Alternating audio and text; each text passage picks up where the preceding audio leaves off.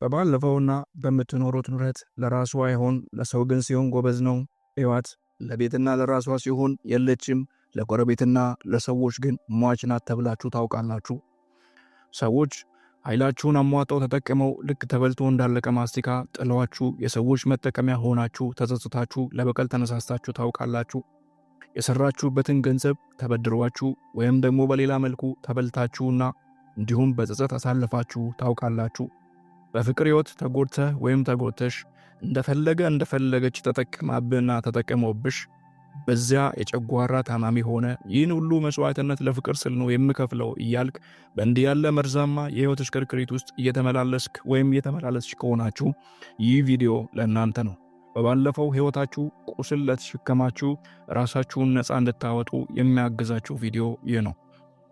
ከዛሬ ጀምሮ በማንነታችሁ ላይ የተጣሉ ለተሸከሟቸው የማይገቡ ግን የተሸከማቸውን ቀንበሮችና አሸክመው ሲበዘብዟችሁ የነበሩትንም ጭምር ምንነትና ማንነታቸውን ተረታችሁ ከሕይወታችሁ ለአንዴና ለመጨረሻ ጊዜ እረፍትን የምትላበሱበትን ቪዲዮ ነው የከፈታችሁት።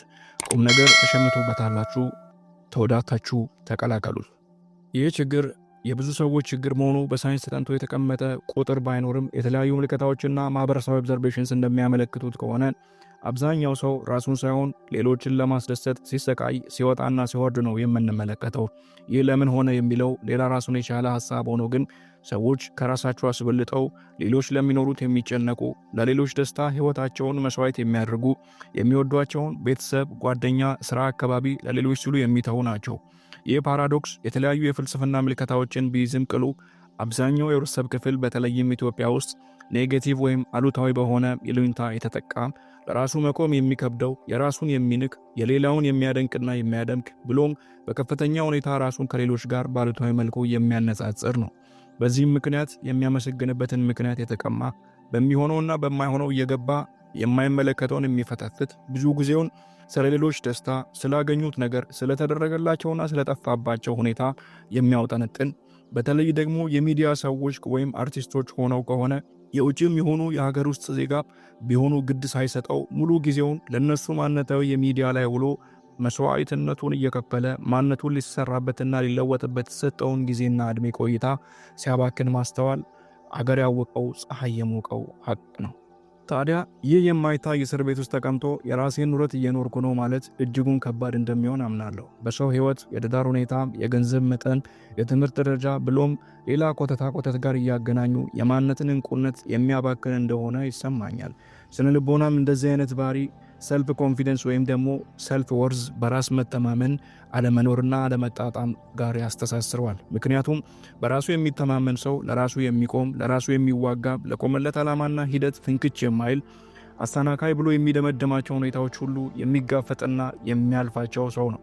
ታዲያ በዛሬው ቆይታችሁ ለራሳችሁ የምትቆሙና የምትፋለሙ፣ የሚመዘብሯችሁን ወይም ጉልበታችሁን፣ ስሜታችሁና ኑረታችሁን የሚጠቀሙባችሁን ሰዎች ለይታችሁ አውቃችሁ ሁነኛና ፈጣን ውሳኔ መፍትሄ ያስቀምጣችሁ የምትገላገሉባቸውን ሐሳቦች እንዳስሳለን።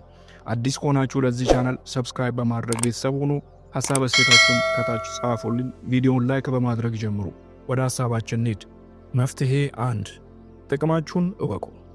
ብዙ ሰዎች ለምን እንደተፈጠሩ እንኳን የማያውቁና ግራ የሚጋቡ ሰዎች ናቸው። በዚህም ምክንያት ብቻ ያገኛቸው የሚነዳቸው ቢጭኑት አህያ ቢጋልቡት ፈረስ የሆነ ማንነት ይዘው የሚኖሩ የሌሎችን ኪስና ገላ ቤት ኑሮ የሚያደልቡ ግን ለራሳቸው ከወዳቸው መምላት የዘለለ እንዳያስቡ ፕሮግራም የተደረገባቸው ጥቅም አልባ እንደሆኑ በተደጋጋሚ ጥቁር አስማት በቃላት በስሜት በድርጊት የተደጋገማባቸው ነገር ግን ማድረግ መሆን የሚችሉ በሚያደርጉትና በሚሰሩት ምስጋና ያልተቸራቸው ሕይወታቸው ውሃ ቅዳ ውሃ መልስ የሆነባቸው ሰዎች ናቸው። በእንደዚህ አይነት ሲኦላዊ ሁኔታ እያሳለፋችሁ ከሆነ እነሆ መፍትሄ። ጠቃሚነታችሁን ለዩ። የቱ ጋር፣ ለምን፣ በምን መልኩ፣ እንዴትና ሆኖ ተደርጎ ቢለካና ቢሰፈር ነው እሴት ጨማሪነታችሁ የሚታወቀው። ሌላው ባያውቀውም የምታጎሉት አንድ ነገር እንኳን አይጠፋም። ያንን አካብቱት፣ አጎልምሱት፣ የእናንተ ማንነት አድርጉት። በመቀጠል የሚመዘብራችሁ ሰው ከእናንተ ሌላ የሚያገኘው ቢኖርና በዛ ሁኔታ ውስጥ ቢበዛ ራሱ እንደናንተ ጥቅም ሊያገኝበት እንደማይችል ስትረዱ ራሳችሁን አስወድዱ፣ ዋጋችሁን ከፍ አድርጉት። ልክ እንደ ወርቅ የምትፈለጉ መሆናችሁን ያ ሰው እንዲያውቅ በሕይወቱ፣ በሥራው፣ በቤቱ፣ በኑሮው እንደ መስቀል ወፍ ሆኑበት። አለመኖራችሁ የሚናገረውና የሚያጎለውን ነገር ስትፈጥሩ ብሎም ያንን ዋጋችሁን አጥብቃችሁ የእናንተ መክሊት እንደሆነ ስትላበሱት በጥንካሬና ጽናታችሁ ባከናወናችኋቸው ክንውኖች በተጨማሪም ወደ ጠረጴዛው በምታመጡት ታንጅብል የሆነ ሪያሊቲ ስታምኑ ዋጋችሁ ከፍ ያለ ክብራችሁን ያስጠብቃችሁ ትሆናላችሁ። ከዛሬ ጀምራችሁ ራሳችሁን የምሰጠው ዋጋ ስንት ነው? ዋጋዬ ስንት ነው ብላችሁ ራሳችሁን ጠይቁ። ርካሽ ነኝ ወይስ ውድ? ራሴን በርካሽ እየሰጥኩ ነው ወይስ በውድ እያቀረብኩ ነው ያለሁት? የምጨምረው እሴት ምንድን ነው? የምጨምረውን እሴት ነው ወይስ እኔን ነው የሚጠበቀቡብኝ የሚለውን ራሳችሁን ጠይቁ። ያንን ስትረዱ ከእስር ቤታችሁ የምትወጡበት ቁልፋችሁን ትይዛላችሁ። እስክታገኙት ድረስ እሴታችሁን መፈለጋችሁን እንዳታቆሙ።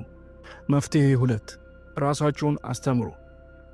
የአገር ሰው ሲናገር የተማረ ይግደለኝ ይላል። ይኸው የተማረው በዛና ተፋጀን። ነገር ግን ይህን ብሂል ለጥቅማችን ወሰደውና ሩስኪን የተባለ ፈላስፋ ኤዱኬሽን ኢዝ ኤ ኮንቲኒየስ ፕሮሰስ ስሩ ላይፍ ይለናል። አሜሪካዊ ጸሐፊና ፈላስፋ እንዲሁም ደግሞ አርታኢ ራልፍ ዋልዶ ኤመርሰን ከእያንዳንዱ የማገኘው ሰው ከእኔ ይበልጣል፣ ከእርሱ አንዲት ነገር እማራለሁና ይላል። በቅዱሳት መጽሐፎች ላይ ስናነብ የሰው ልጅ ከብዙ ነገራት እንደሚማርና በነዛ ምሳሌያዊ ትምህርቶች ማንነቱን እንደሚያንጽ እናውቃለን። ሆኖም ግን በተለይ ደግሞ ኢትዮጵያውያን አዲስ ያመጡት ብሂል ከዚህ ጋር በጣም የሚጋጭና የሚጣረስ ሆኖ እናገኘዋለን። መማር ምን ያደርጋል? የተማሩት የተደረሱ የሚለው ብሂላዊ ውድቀት ነው። ከዚህም ጋር ተያይዞ እውነቱን እንነጋገር ከተባለ ብዙ ቀሸም ትውልዶችን እየፈጠርን ነው ያለ ነው። ዓለም አሁን ላለችበት ሁኔታ ከፍተኛውን አስተዋጽኦ ያበረከተው መማር ነው። መቼም የማይካድ ሐቅ ነው። አደጉ የሚባሉት ሌላ ያላን ሀገሮች የሚፈሩት በያዙት የጦር መሳሪያ ሳይሆን በመረጃ ቋታቸው ውስጥ የያዙት ዘመን ተሻግሮ ትውልድን በሚያንጽ እንዲሁም ደግሞ ስለሌሎች ሀገራት የሰበሰቡት ከጦርነት ጋር እንዲሁም ደግሞ ከኑረትና ዘይቤያዊ ማንነት ጋር የተገናኘ ዕውቀትና መረጃቸው ነው። ይህንን ግን አብዛኛው ወገናችን የተገነዘበው አይመስለኝም። በተኩላዊ ዘመን በግ የሆነ ማህበረሰብ ነው ይዘን እየተንቀሳቀሰን ያለ ነው። እንደዛ ይሰማኛል። ክራውድ ሜንታሊቲ ሞር ሴንቲሜንት ወይም እርካታው ላይና ሆዱ ላይ የሚያተኩር እንጂ ማንነቱን ለማብቃት የሚጥረው በጣም ጥቂት ነው። ታዲያ የተማረው ሰው ባነሰና በጠፋ ቁጥር ድንቁርና እየወረሰው የሚሄድ አድርጎ ለመኖር ሳይሆን ጥገኛ ሆኖ ለመኖር የሚፈቅድ በሌሎች ትከሻ ላይ ተደግፎ የቀደሙ አያቶቹና አባቶቹ ተሳስተው እንደነበር በቀኝ ግዛት መገዛት እንደነበረባቸው ለማሳመን የራሱን የቅሽምናና የሚዲያ ትርክት የሚቀረሽ ትውልድ ካፈራን ሰነባብተናል። ታዲያ አገሪቷ እንድትለወጥ ትምህርትን ከተዝናኖት አስበልጦ የሚፈልግ ትውልድ ያስፈልገናል። ስለዚህ ራሳችሁን ማስተማር ጀምሩ። ሙያ ሊሆን ይችላል፣ ክህሎት ሊሆን ይችላል፣ ትምህርት ሊሆን ይችላል፣ በየትኛውም ዘርፍ ሊሆን ይችላል። የምትወዱትም ይሁን አሁን ከረንትሊ ማርኬት ዴማንድ ያለውን እውቀት ፈልጋችሁ ራሳችሁን አስተምሩ፣ ማስተማር ጀምሩ። ጃይ ሼቲ የሚባል ቲንክ ላይክ ኤ መንክ የሚል መጽሐፍ ደራሲ አንሰክሰስፉል ፒፕል ቹዝ ኢንተርቴንመንት ኦቨር ኤዱኬሽን ይላል። ስኬታማ እና ጠማማ ያልሆኑ ሰዎች ስኬት ረቃቸውና ጥገኛ ሰዎች ከትምህርት መዝናናትን ይመርጣሉ እንደማለት ነው። ምክንያቱም ትምህርት ዘላቂ የሆነ መዝናናትን እንደሚፈጥር ስለማይገነዘቡ ነው። ራሱ ላይ ኢንቨስት የሚያደርግ ሰው ብዙውን የህይወት ጊዜ የሚያባክነው የሌሎችን በማድነቅ ወይም በሌሎች በመቅናት ይሆናል። የዓለማችን ቁጥር 1 ሀብታም የነበረው ዋረን ቦፌት ሲናገር ዘ ቤስት ፕሌስ ቱ ኢንቨስት ኢዝ ኢንቨስቲንግ ኦን ዮርሰልፍ ይለናል። ከየትኛውም ቦታ ኢንቨስት ለማድረግ የሚመረጠው ቦታ ራስ ላይ ኢንቨስት ማድረግ ነው። ስለዚህ በራሳችሁ ለመቆም የምትወዱ ከሆነ የምትወዱትን እስክታገኙ ያገኛችሁትን ወዳችሁ ራሳችሁን አብቁ። ለሆድ ሳይሆን የሰዎችን ህይወትና ችግርን ለመቀየር ተማሩ። በዚያም ማንነታችሁን አብቁ። ይህ ሲሆን የማንም ሸክም አትሆኑ። ማንም የማይጋልባችሁ በምክንያት የምትነዱ ምክንያታዊ አምራችሁን የምትጠቀሙና ፖዚቲቭ የሆነ አሉታዊ ያልሆነ ተጽዕኖን የምታሳርፉ ይሆናል። መፍትሄ 3 የግል ስብሰባችሁን አስተካክሉ። ይህ በጣም ወሳኝ ሐሳብ ነው። በጥሞና ተከታተሉ። የትም ስትሄዱ ተሸክማችሁ የምትንቀሳቀሱት የውስጥ ማንነታችሁን ያዘለውን አእምሮአችሁን ነው። ስትተኙ ነቅቶ ይጠብቃችኋል። ስትራመዱ እያጉረመረመ ይከተላችኋል። ስትበሉ፣ ስትጠጡ ስለ እያንዳንዱ የህይወት መንገዳችሁ በፊት ሰብስቦት ከነበረው መረጃ በመነሳት የተለያየ ነገራትን እያላችሁና እያቀበላችሁ አብሯችሁ ይቆያል። በአእምሮአችሁ ውስጥ ከራሳችሁ ጋር ሰላም ካልሆናችሁ የትም ሄዳችሁ ከምንምና ከማንም ጋር ሰላም መሆን አትችሉም። ይህም የሚሆነው የግል ስብሰባችሁ እጅጉን ስለሚቆጣጠራችሁ ነው። የሚደብረው አጋጣሚ ደግሞ የግል ስብሰባችሁን መረዳትና የሚያሴርባችሁን ሴራ አለማወቃችሁ ነው።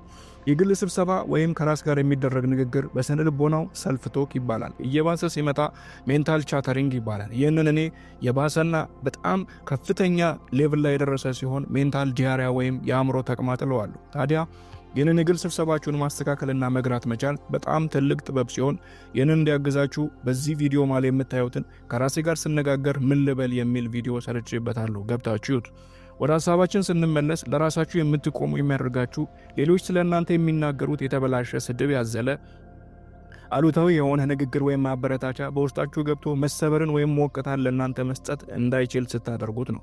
ማለትም ሰዎች ናችሁ ብለው የደመደሙትን አይደለውም ወይም አልሆንም በማለት በቃላችሁ፣ በሐሳባችሁ፣ በድርጊታችሁ መሆን የምትሹትን በመያዝ የያዛችሁትንም በመኖር የውስጥ ማንነታችሁን አጠንክራችሁ በመጠበቅ ልትሆኑ የምትችሉትን እንዲሁም ደግሞ አሉታዊ የግል ስብሰባችሁ እንዳያስቆማችሁ ማድረግ መቻል ነው። ይህንን ስታደርጉ አእምሯችሁ ያለ ሥራ ኦቨርቲንክ በማድረግ የሚያባክነውን ኃይል ለትኩረታችሁና ለራሳችሁ ታደርጉታላችሁ። በተጨማሪም የትኩረት መጠናችሁ፣ ውጤታማነታችሁ፣ የውስጥ መረጋጋትና ሰላማችሁ የበዛ ይሆናል። ሰዎች በሚወረውሩባችሁ የአሉታዊነት ድንጋይ ክምር ግድግዳ ገንብታችሁ በውስጡ የምትሰቃዩ የተጎዳው ነኝ፣ የተጨነቁ፣ የተበደልኩ፣ የተገፋው ነኝ ብላችሁ የምትሰቃዩ ሳይሆን ድልድይ ገንብታችሁ ራሳችሁን የምታቆሙና ሌሎችን የምታሻግሩ ትሆናላችሁ። መፍትሄ 4 የአካል ብቃት እንቅስቃሴ ጀምሩ። የድሮ ሰዎች በጫካ ውስጥ ስለነበረ ኑሯቸው ኖማዲክ ላይፍ የሚባል የዘላን ሕይወት ያሳልፉ ነበር። በዚህም ምክንያት አንድ ቦታ ረግተው አይቀመጡም። በተጨማሪም ብዙ የተለያዩ ስራዎችን ስለሚሰሩ ሰውነታቸው የፈረጠመ ጠንካራና አጥንተ ብርቶች ናቸው። በተቃራኒው የአሁኑ ጊዜ ሰው ብዙ ጊዜውን በዘመን አመጣሽ ሶሻል ሚዲያና ግሎባላይዜሽን ባቀበላቸው እንደ ቲክቶክ፣ እንደ ፌስቡክ እና ኢንስታግራም ያሉ ሁኔታዎችና ሶሻል ሚዲያ ወይም ማህበረሰባዊ ሚዲያዎች ላይ ተቀምጦ ጊዜውን የሚያሳልፍ ሲሆን በዚህ ምክንያት አጥንቱ ስስ፣ ደካማና ልፍስፍስ እንዲሆን ሆኗል። ቤት ሲገባም ደግሞ ቲቪ፣ ዋይፋይ እንዲሁም ደግሞ ሌሎች ሚዲያዎችን እየተመለከተ የሚቆይ ሲሆን በዚህ ምክንያት ሰውነቱ ሌታርጂክ ወይም የተዘፈዘፈና የተስለፈለፈ ይሆናል። በዚህ ምክንያት ለተለያዩ በሽታዎች፣ ድባቴ፣ ቶሎ መናደድ፣ ጭንቀት፣ ሲበዛ ደግሞ ውፍረትን ተከትለው ለሚመጡ ስኳር፣ ደም ግፊት፣ ከፍተኛ የሆነ የስብ ክምችት የተዳረገ ይሆናል። ይህ ሁሉ የሚሆነው ሰውነት በስሪቱ ተንቀሳቃሽ ሆኖ ሳለ ወይም ደግሞ ዳይናሚክና ሞቢሊቲ ላይ ቤዝድ ያደረገ ስሪት ተሰርቶ ሳለ የሰው ልጅ ኑረት ደግሞ በተቃራኒው የተዘፈዘፈ ወይም ደግሞ ቁጭ ብሎ የሚያሳልፍ ኑረት ሲሆን ያ በመሆኑ ምክንያት እንደዚህ አይነት ሁኔታዎች ውስጥ እንዲዳረግና እንዲገባ ይሆናል ማለት ነው። ታዲያ ለራሳችሁ መቆም የምትጀምሩት በቀላሉ ጂም ምዝገባ ያስፈልጋችሁ ቀን በቀን ጠዋትና ማታ ለ30 ደቂቃ የአካል ብቃት እንቅስቃሴ ከምግብ በፊት ቢሆን ይመከራል ማድረግ ስትጀምሩ ነው። ይህንም በቤታችሁ በሚገኝ ቀላል በሆነ መልኩ መስራት ትችላላችሁ። ቀን በቀን መስራት ከበዛባችሁ ደግሞ በሳምንት ለ3 ቀን መስራት እመክራችኋለሁ። እኔ ጾም ባልሆነባቸው ቀናት በሙሉ ስፖርት እሰራለሁ። ይህም የሚሰጣችሁ ጤናማና ያልተዛባ የሳምባና የመተንፈሻ አካል ከፍተኛ የሆነ ጤናማ በራስ መተማመን፣ የደስታ ሆርሞኖችን እንድታመነጩ ልክ እንደ ኢንዶርፊንስ፣ ኢንኬፓሊንስ፣ ቤታ ኢንዶርፊንስ፣ ዶፓሚን፣ ሴራቶኒንና ሜላቶኒን እንዲሁም ደግሞ ከፍቅርና ከደራይ ጋር የተገናኙ ኦክሲቶሲንና ፋሶፕረሲን የሚባሉ ሆርሞኖችን እንድናመነጭና በደስታ የተሞላችሁ እንድትሆኑ ሌላው ሊያደርጋችሁ የሚችለው ከዚህ ጋር ተጎናኝቶ ማንነታችሁን እንድትቀይሩና ለራሳችሁ የቆማችሁ እንድትሆኑ ያደርጋችኋል። ስፖርት ስትሰሩ ላብ በሚያልባችሁ ጊዜ በተጨማሪ BDNF የተባለ ኒውሮትሮፒክ ፋክተር ይመነጫል። ይህም ማለት ብሬን ድሪቨን ኒውሮትሮፒክ ፋክተር ማለት ነው። በዚህም ኒውሮጀነሲስ ይፋጠናል። ይህም ማለት አዳዲስ ሴሎችን ታመርታላችሁ። በሱም በመታገዝ አዲስ ልማድን መገንባት፣ አዲስ ቋንቋ መማር፣ አዲስ ማንነትን መላበስ፣ ዕውቀትና ባህሪ መገንባት ያስችላችኋል። ታዲያ ይህንን ሁሉ ጥቅም ከስፖርት የምናገኝና ከአካል ብቃት እንቅስቃሴ የምንቃርም ከሆነ ምን ትጠብቃላችሁ? ዛሬውኑ ስፖርት መስራት ጀምሩ። መፍትሄ 5 ማንበብ ጀምሩ። ታላቁ ደራሲ ማክሲም ጎርኪ ሲናገር ያገኟቸውን ዕውቀቶች በሙሉ ያገኙት መጽሐፍ ውስጥ ነው ይለናል። የተለያዩ ፈላስፎች መምህር የሆነው ሶክራተስ ሬዲንግ ኢዝ ኤ ቴፍት ይለናል። ማንበብ ሌብነት ነው እንደማለት ነው። ይህም ማለት የሚያነብሰው አንድ ሰው ለዘመኑ ደክሞበት ወድቆም ይሁን ተነስቶ ለፍቶ ያሳለፈውን የ20ና የ30 ዓመት ዕውቀትና ልምድ በተወሰኑ ገጾች ጠርዞ ያቀብለናል። እኛ ደግሞ ብልህ ከሆንን በ3 ቀናት እንዲሁም ካልሆነ ደግሞ በሳምንት ወይም ደግሞ በወራት ያንን ልምድ እንሰርካለን። ይህንንም አያይዞ ሶቅራጥስ ማንበብ ሌብነት ነው አለ። በቅርቡ የሚወጡ ጥናቶች ማንበብ ሞር ኢማጂኔቲቭ አስበልጦ ኢማጂኔቲቭ የምናብ እይታችን እንዲጨምር፣ ክሪኤቲቭ እንድንሆን፣ የፈጠራ ችሎታችን እንዲጨምር፣ ኢኖቬቲቭ አዳዲስ ነገሮችን የመፍጠር አቅማችን እንዲጨምር የሚያደርጉ ብሬን ፋካሊቲዎቹን አክቲቬት ያደርጋሉ ይለናል። ከዚህም ጋር ተያይዞ በማንበብ ዲሜንሺያ፣ አልዛይመር ጋር ተያይዞ ያሉ በሽታዎችን እንዲያስወግዱ ከአእምሮ ውስጥና ከአካላችን ውስጥ እንዲጸዱ የሚያደርግ ኬሚካሎችን ያመነጫል ይለናል። የሚያስደንቀው ለአእምሮ ከሚያበረክቱት ጠቀሜታ ታስበልጦ ደግሞ ለአካልም ጠቀሜታቸው የጎላ እንደሆነ በቅርቡ በ2020 የተሰሩ ጥናቶች በአእምሮ ውስጥ ግሬ ማተር እንደሚጨምርና የአእምሮ ቅልጥፍናን የማሳደግ ስራን እንደሚሰራ ደርሰውበታል። ተያይዞም በ2017 የተሰራ ጥናት ርህራሄን፣ ራስን ማክበርና መውለድን ከፍ እንደሚያደርግ ተደርሶበታል። በቻይና በ2022 የተሰራ ጥናት ዕድሜያቸው የገፉ ሰዎች የማስታወስ ክህሎታቸውና መጠናቸው እንዲጨምርና ከዕድሜ መግፋት ጋር ተያይዞ የሚመጡ የአእምሮ መዘናጋቶችና እክሎችን እንዳስወገደላቸው ደርሰውበታል። የገረመኝ ደግሞ በ2020 የተሰራው ጥናት የእንቅልፍ መጠናችን የተመጠነና ጥራት ያለው እንዲሆን ያደርጋል ይለናል። ጥናቱም አያይዞ ሶፍት ኮፒ መጽሐፎችን ይልቅ ፕሪንት የተደረጉ መጽሐፎችን ማንበብ ይህንን ሁኔታ እንደሚያፋጥነው ይጠቁመናል። በስተመጨረሻ ዕድሜ አረጀ ብላችሁ የምትጨነቁ ሰዎች ብታነቡ ዕድሜያችሁ ወይም ደግሞ ላይፍ ኤክስፔክታንሲ ሌቭላችሁ ይጨምራል።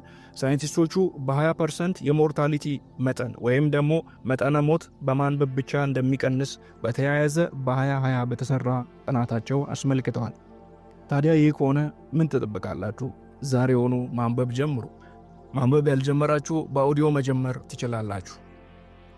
መደምደሚያ ለራስ መቆም ራስ ወዳድነት ሳይሆን ማንነትን ማክበር፣ የተነፈገን ፍቅር ለራስ መለገስ፣ ከሌሎች ጋር ከመሽቀዳደም ዛሬን በማንነት ውስጥ በማየት ያየነውን የተሻለ ለማድረግ ማንነታችን ላይ የምንሰራበት ሁሌም የምናድግበት የህይወት መመሪያ ነው። እስከዚህ ድረስ ስለተከታተላችሁኝ ከልብ አድርጌ አመሰግናለሁ። ቀሪ ሰዓታችሁ ደስ የሚል ሸግዬ እንዲሆን እመኝላችኋለሁ። ለዚህ ቻናል አዲስ ከሆናችሁ ሰብስክራይብ በማድረግ ቤተሰብ ሁኑ።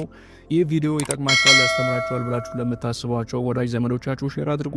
ይህንን ቪዲዮ ለብዙ ሰዎች እንዲዳረስ ላይክ በማድረግ ጀምሩ። ላይክ በማድረግ ጨርሱ። እንዲሰሩ የምትፈልጓቸው ሀሳቦች እንዲሁም ደግሞ ስነ ልቦናዊ ምልከታዎች ካሉ ኮመንት ላይ ጻፉልኝ። ስልጠና የምትፈልጉ እንዲሁም ደግሞ በነፃ የ4 ቀን የማማከር አገልግሎት ማግኘት የምትሹ በተለያዩ የአእምሮ ስቃዮች ውስጥ ወይም ደግሞ የአእምሮ ሜንታል ኢልነስ ውስጥ ያላችሁ ወይም ደግሞ ይሰማኛል ብላችሁ የምታሳልፉ በተለያዩ ሱሶች ራሳችሁን እየጎዳችሁ ያሳለፋችሁና እያሳለፋችሁ ያላችሁ ወንድሞች እናቶች ከያላችሁበት በእነዚህ ቪዲዮ ማለት በምታገኟቸው ሁለቱ ስልኮች ብትደውሉልኝ ከኔ ጋር ዳይሬክትሊ ኮሚኒኬት ማድረግና ለችግራችሁ መፍትሄ የምናገኝበትን ሳይንሳዊ እንዲሁም ደግሞ መንፈሳዊ መፍትሄዎችን የምናስቀምጥበትን አቅጣጫ የምንመለከት ይሆናል። እስካሁን ድረስ አብሬያችሁ የነበርኩት ዝናቡ ግርማ ነበርኩኝ። ቀሪ ሰዓታችሁ መልካም እንዲሆን እመኝላችኋለሁ። ደህና ሁኑ።